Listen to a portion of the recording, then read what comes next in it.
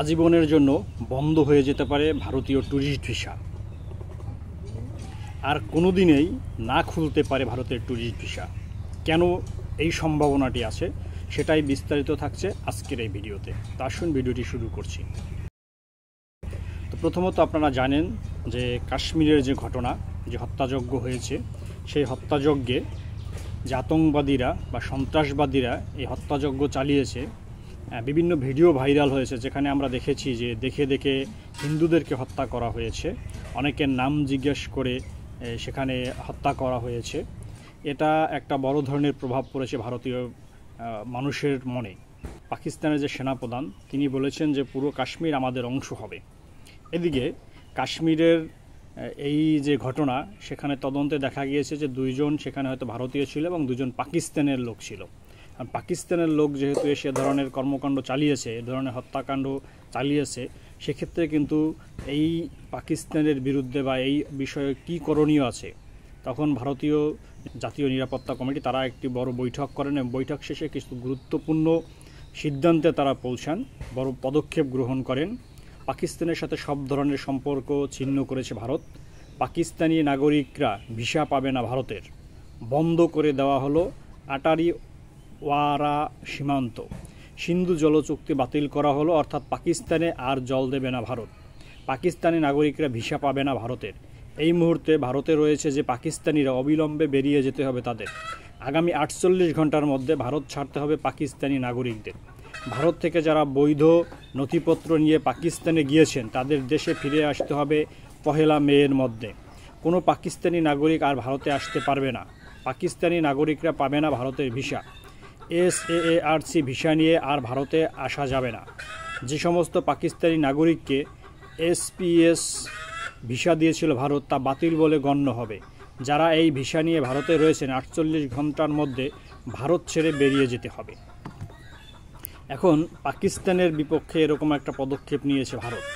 তো সেখানে জানা গেছে ভারতীয় বিভিন্ন মাধ্যমে যে যারা জড়িত ছিল যে জঙ্গিরা, তার মধ্যে 2 জন পাকিস্তানের। এজন্য পাকিস্তানের উপর চড়াও হয়েছে। কিন্তু ভারতের এই পাকিস্তানের উপর চড়াও হওয়া সেটা একটা কারণ আছে, কিন্তু বাংলাদেশের ভিসা কেন বন্ধ হয়ে যাবে বা বাংলাদেশের ট্যুরিস্ট ভিসা কেন খুলবে না? এর কারণ হচ্ছে যে এই কর্মকাণ্ডগুলো ঘটিয়েছেন সন্ত্রাসবাদীরা। তো বাংলাদেশে আপনারা জানেন গত 5ই আগস্টের পরে বিভিন্ন জায়গায় বিভিন্ন সন্ত্রাসবাদী সংগঠনের বিভিন্ন জনকে জেল হাজত থেকে বা জেল থেকে ছেড়ে দেওয়া হয়েছে। অনেক জায়গায় জেল ভেঙে তারা পালিয়ে গেছেন। তো তারা বিভিন্ন জায়গায় উৎপেতে রয়েছে বা বিভিন্ন এই দুষ্কৃতিমূলক কর্মকাণ্ড ঘটানোর জন্য তারা কিন্তু অপেক্ষা করছেন। তো এর পরবর্তী সময় কিন্তু ভারত বাংলাদেশে যে বর্ডার, সেখানে নজরদারি বাড়ানো হয়েছে। BSF-এর যে পরিমাণ ছিল তাদের সংখ্যা বাড়ানো হয়েছে, যাতে করে বাংলাদেশের এই আতঙ্কবাদীরা বা বাংলাদেশের এই সন্ত্রাসীরা কোনোভাবে ভারতে প্রবেশ করতে না পারে। এবং যে মেডিকেল ভিসা চলমান রয়েছে বর্তমানে, সেই মেডিকেল ভিসা কিন্তু দেওয়ার জন্য বিভিন্ন আরও বেশি কঠিনভাবে সেগুলো করা হয়েছে। যে যিনি মেডিকেল ভিসায় যাবেন তিনি কোথায় থাকবেন, কোন মেডিকেলে যাবেন, তার তথ্য সম্বলিত, তার ইমেল, তার হোয়াটসঅ্যাপ, যে হোটেলে যাবেন হোটেল বুকিংয়ের কাগজপত্র, কোনো বাড়িতে গেলে তার ফোন নম্বর, তার ঠিকানা, এগুলো ওই হসপিটালকে দিতে হবে। হসপিটাল এটা এপারও আয়ুষ একটা পোর্টাল আছে, সেখানে আপলোড করবে। সেখানে তারা যাচাই বাছাই করে সেটা একটা কনফার্মেশন দেবে এবং সেই কনফার্মেশনের উপর নির্ভর করে হসপিটাল একটা অ্যাপয়েন্টমেন্ট লেটার দেবে। সেই অ্যাপয়েন্টমেন্ট লেটার নিয়ে আবার যেতে হবে ভিসা অ্যাপ্লিকেশন সেন্টারে। ভিসা অ্যাপ্লিকেশন সেন্টারের লোকজন ওই এপারও আয়ুষের যে ওয়েবসাইটে তথ্য আপলোড করা আছে সেটার সাথে মিলিয়ে দেখবে এবং এরা এই ভিসা পাওয়ার পরে যখন আবার ভারতের বর্ডার ক্রস করবে, তখন সেখানের যারা BSF আছে বা ইমিগ্রেশন কর্মকর্তা আছেন তারা সেটা চেক করবে। যখন তারা একটা SMS দেবে ওই হোটেলে, অথবা আপনি যে আত্মীয়ের বাসায় যাচ্ছেন সেই আত্মীয়ের বাসাতে বা সেই আত্মীয়ের ফোনে একটা SMS দেবে যে আপনার উনি এটা বাংলাদেশের বর্ডার ক্রস করছে, মানে কতটা কঠিন করেছেন। তো এই কড়াকড়ি করার একমাত্র কারণ হচ্ছে যে কোনো কারণে আতঙ্কবাদীরা বা যারা এই জঙ্গি সংগঠনের লোকজন আছে তারা কোনোভাবে ভারতে প্রবেশ করতে না পারে। এখন মেডিকেল বিষয় এত একটা কঠিন বিষয় হয়ে দাঁড়িয়েছে এবং এই ঘটনার পরে আর মনে হয় না যে বাংলাদেশিরা আদৌ এই ট্যুরিস্ট ভিসা পাবে বা বাংলাদেশিদেরকে ট্যুরিস্ট ভিসা দেবে।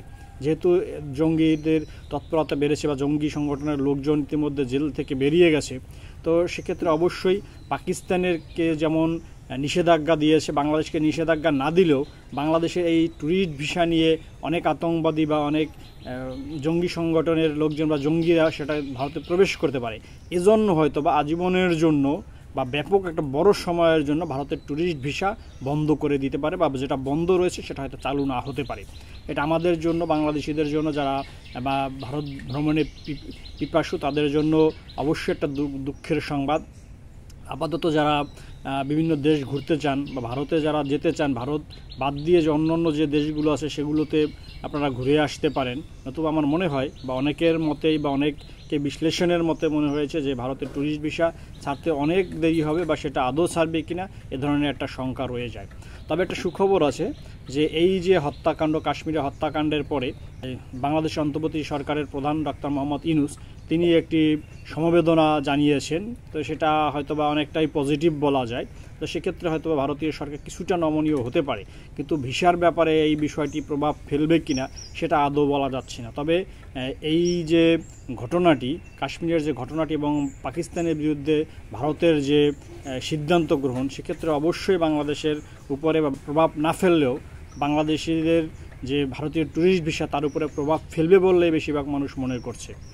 তো এই ছিল আজকের আপডেট।